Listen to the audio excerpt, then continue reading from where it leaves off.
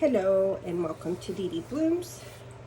This video is an update on my Habeneria orchids and my Stenoglottis orchids. I have them in front of us here. It is here now July 4th today. I have some successes and some bad news. So let's start with, I think, the elephant in the room, which is this one. This is my Stenoglottis macloughini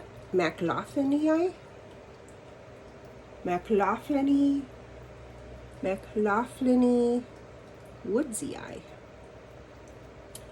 I've had this orchid for 2 years, maybe even 2.5 now, and it has come back every spring regularly and bloomed beautifully for me.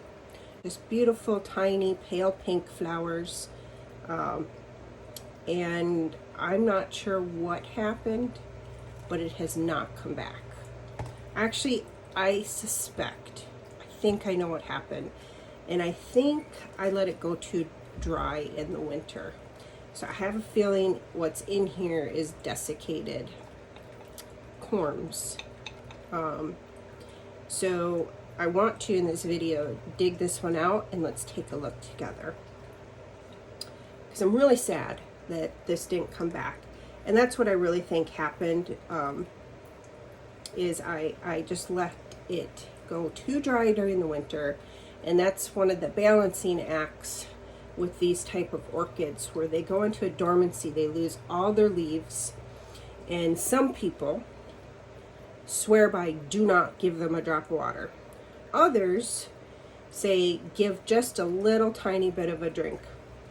And what I've come to learn, especially for Stenoglottis, now this is a hard lesson right in front of us here, is don't let that little drink of water, which I'm talking just like a few drops, or even just a quick dunk from the bottom for the water to soak up into the media. Don't let it go for too long, because I didn't water these, both the Stenoglottises, I didn't water them for like 2.5 months. And for a while there, I didn't even think my Stenoglottis Venus was going to come back, because this one here is the tag, Stenoglottis Venus. This one took its sweet time, and I thought, oh boy, this one desiccated as well. And last year it had 2 growths. This year it's just putting out 1 growth. And look at, this is from the growth from last year. It's just popping right out here. Do a little cleanup. So boy, was I happy when I saw a little bitty piece of green starting to come up.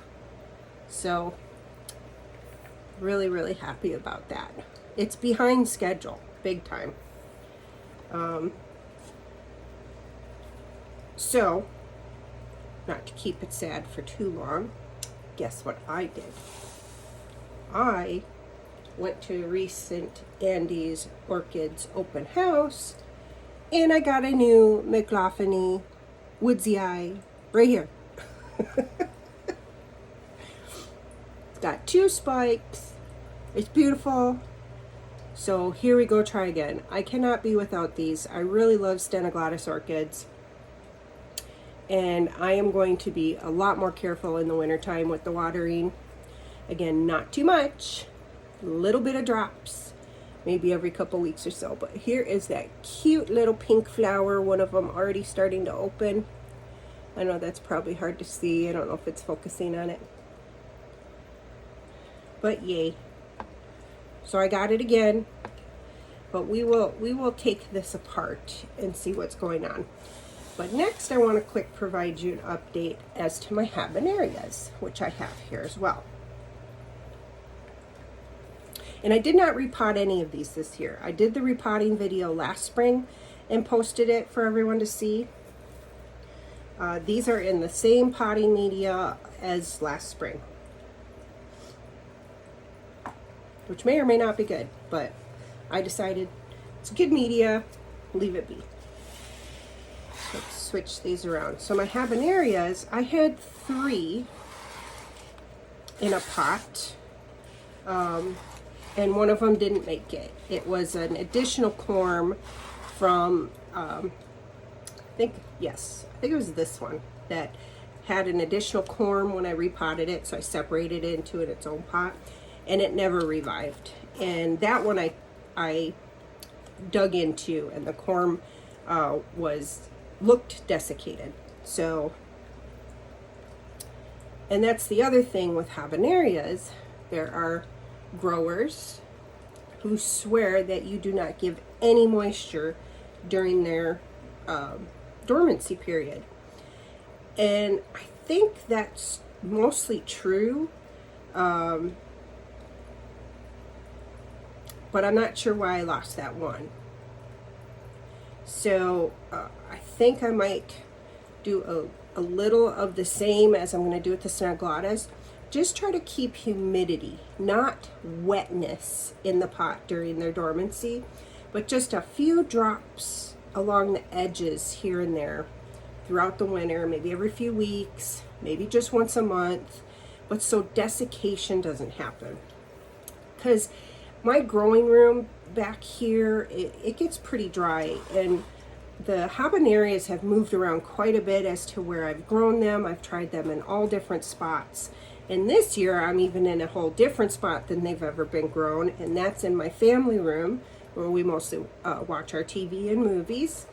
So under a big TV, there's shelves, and they're growing alongside my Tolumnias now, and some my remaining bulbal phylums. And they seem to be enjoying the high Barina lights, for one. When I tried to grow them in the northern window, they got really tall and really spindly, like, leggy. They call it leggy. And growing these under those, the short type of shelves, there's not much height space, so the light is a lot closer. I'm really liking how, especially this one, is forming really, really nice. And I have been watering, so when I saw the new growths, they started peeking up the little tips. Yay, I was so excited. This is going on at least 6 weeks ago. Maybe even going on 8 weeks. And this one, which is my Pegasus, which is a cross between Carnea and Medusa, came up first. And then this one, my Maxdusa, which is Habeneria, Pectilis Suzanne crossed with Habeneria Medusa. She came up with 2 growths. 2 growths here. So that means there's 2 corms. So probably when I repot this, I might have, whether it's next spring, or maybe I wait another year because I think the media is still good, I might have multiple corms. I might do a division then. I was half expecting my Pegasus here to come up with 2 growths, but every time it's only ever put up 1. And that's fine, as long as I get 1. It sure would be nice to have a few plants I could keep maybe in one pot, and that way if a corm or 2 doesn't make it, I have backups, but maybe this one's just not ready yet. So as you can see, this one is a lot further along. 1, it came up sooner. 2, the corm inside, which I'm not going to dig out, might actually be a bigger corm, a lot stronger than possibly this one, the Maxdusa. Again, this one did not put out the little tips of new growth for at least another couple weeks from when this one started. So I was worried I lost the Maxdusa. But then all of a sudden I saw 2 tiny little tips, and I was like, oh, thank goodness. So since seeing the little tips, I did a light watering all just around the edges of both pots. I kid you not, just dribbles of water. I did not saturate the media. It's something that, listening to all the videos that are on YouTube, reading about them, you do not just start drowning them with water at the first sign of growth. You need to gradually build up the moisture in their pots as they begin their spring growth. So that's what I did. I was very careful. I worked really hard not to get any water at the base of the growth. So I was always dribbling along just the sides here. And now I'm doing it more often, and I am saturating the media. So I do, and I just watered these, so there's some remnants of water in this reservoir, for example. I have my watering scoops like these, and I have a tub of water, and I scoop the water and I just pour it along the sides. And even though it's grown up really nice, I still don't want water at the base. I do not want to risk rotting the base or the stem. And so I'm still being very careful, even though we're in all-out wetness mode, which they need lots of moisture to then start developing their flower spike and buds, etc. And so that's not going to stop. So I went from just little dribbles when I first started seeing the little green tips coming up, and I did that once a week for about 3 weeks, and then I went to 2 times a week, and I have gradually built up. Here we are, I think we're week 7. Here we are, and I'm watering every 2 to 3 days. And I wet it. I'm not just lightly putting in a few drops. I do a good amount of water all along the sides of each pot. Now this smaller pot, it makes it a little harder to try to keep the water away from the base of the stems, but I tilt, you know, as I'm on a camera view. So this smaller pot here, I tilt my pot as I'm watering, so the water will run away, you know, it'll go with the gravity, it'll run away from the base as I'm watering, and I continue to maneuver and tilt and tilt. So I'd love to hear from anyone who maybe grows Stenoglottis or Habenerias and what your experiences are, if you have any suggestions. I don't fertilize any of these very heavily. What I've taken from what I've read and seen online, they're not super duper heavy feeders, so I wouldn't want to risk the leaves getting burnt from too much fertilizer. Again, for both types, the Habenerias and the Stenoglottis. And I'm very excited. I'm hoping to get some good flowers this year. The only one that's ever bloomed for me so far that I've managed to get to bloom is this Pegasus. So maybe this is the year I actually get Maxdusa to bloom.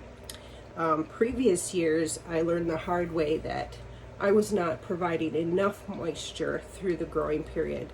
So the leaves would start turning brown prematurely, and it would enter dormancy prematurely. So you really need to, if you're going to grow these, you need to be able to provide consistent, regular moisture during the growing period. And so when they start entering dormancy after they bloom and the bloom's all done, and sometimes while they're in bloom, from what I understand, the leaves will start to turn brown while it's still blooming, but you'll start seeing signs of impending dormancy, and you start ratcheting back on the frequency of watering. So the plant tells you what it needs, really, which is amazing. So such a relationship to have with them. So I hope this has been interesting, and I will keep you guys updated on upcoming blooms. Now, as to the Stenoglottis macloughini woodsii that didn't make it, let's take a look at what exactly happened.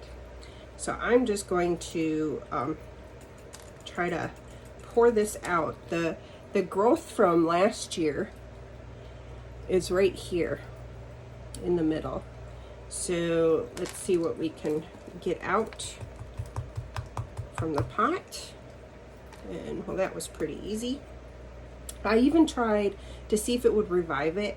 I even tried to just do some light moisture, you know, little dribbles, to see if it would prompt a new growth if there was a surviving corm in here, and nothing.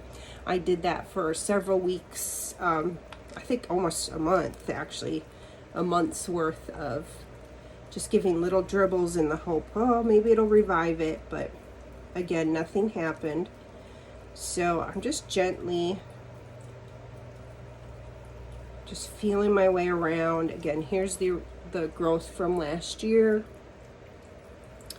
Letting the little crumbles of dirt tumble away. I can see a desiccated, I don't know if that's a root. It might be a root that was attached to a very small corm. Yeah, there's really old like tendrils of roots. Nothing for certain whether it's, I think it is, it's just all desiccated. Yeah. I think this part right here is the corm. I'm gonna just pull. This might have been a older corm, or it's another root. I'm sorry. I really, you know what? I think it's another root. I take that back. It's just a little thicker, so I thought, well, maybe it's a root.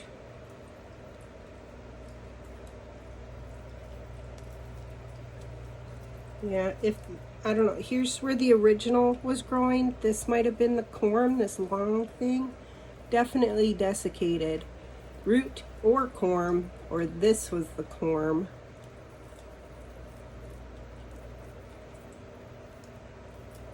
Everything's so the same color, so. And the perlite's sticking. Oh, that's right. You know, it had two growths. There's one growth here and one growth there.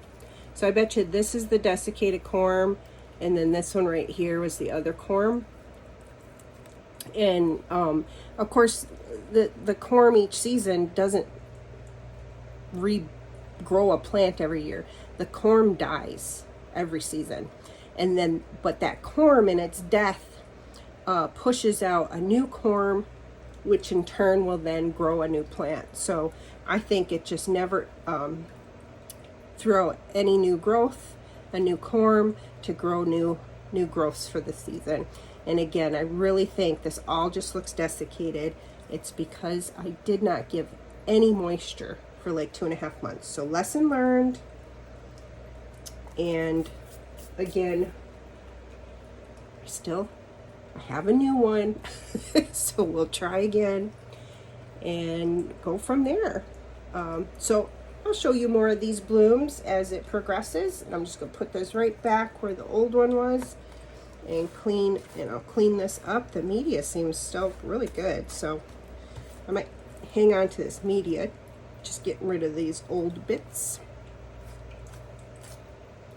Hang on to this media for something else that could use some soil. And yeah, I hope this was interesting or helpful if you have been thinking about growing Stenoglottis or Habenerias. They're, you know, catasetum orchids are very similar. You know, they go through dormancy and then they come back, and there's just something exciting about that. How something could look just dead, and then all of a sudden there's new life, and you, if you're really, you know, on the right track, you get these beautiful blooms. Catasetums have some gorgeous smelling blooms too. A lot more showy, but these little tiny miniatures have captured my heart, miniature flowers. And of course the uniqueness of the flowers of the Habeneria. If you don't know what Habeneria flowers look like, please look them up. Very interesting. And so it's a new challenge compared to all my other orchids. You know, all my other orchids are pretty much evergreens, right? They keep their leaves. But we know, you know, even all orchids, they lose their older leaves. They absorb the nutrition from their older leaves, which is all natural, but grow new leaves, but they're evergreen. So if they aren't evergreen, there's something really wrong with those orchids, like your Paphiopedilums, Phalaenopsis, your Oncidiums, Encyclias, Maxillarias. The majority of all the other types of orchids I have keep the majority of their leaves, and they're beautiful. They're beautiful greenness. Or if they're mottled leaves, like Phalaenopsis have beautiful spots and patterns on some of the, especially the species orchids. There are some Cotyledons though that also will like lose the majority, if not all, their leaves, especially when they're pushing out a new growth. Oh, Lycastes do that. I have where they lose all their leaves and then they start pushing out their new growth, and I've not been successful reblooming a Lycaste. I'm hoping this is my year because I've got 2 with really good growths. And then actually my next video after this one, if you're interested, I need to post my haul for my Andy's Orchid visit. I got some fun orchids from Andy's this last open house, which was I think 2 weeks ago now, where I got my Stenoglottis to replace my one that didn't make it. But I got several others too. So I'm going to put that video together next and get it posted after this one. So you get to know what's going to get posted next, because it logically just goes together. Yeah, sorry for my ramblings. If you like this content, please give it a thumbs up. If you have any other questions for me, would like to know more about my approach, I tried to really describe everything. Sorry if my camera view isn't the greatest. Yeah, that's an update on Stenoglottis, my Habenerias. So I hope to see you in the next video, and I appreciate all of you for hanging out with me. Have a great rest of your day. Bye.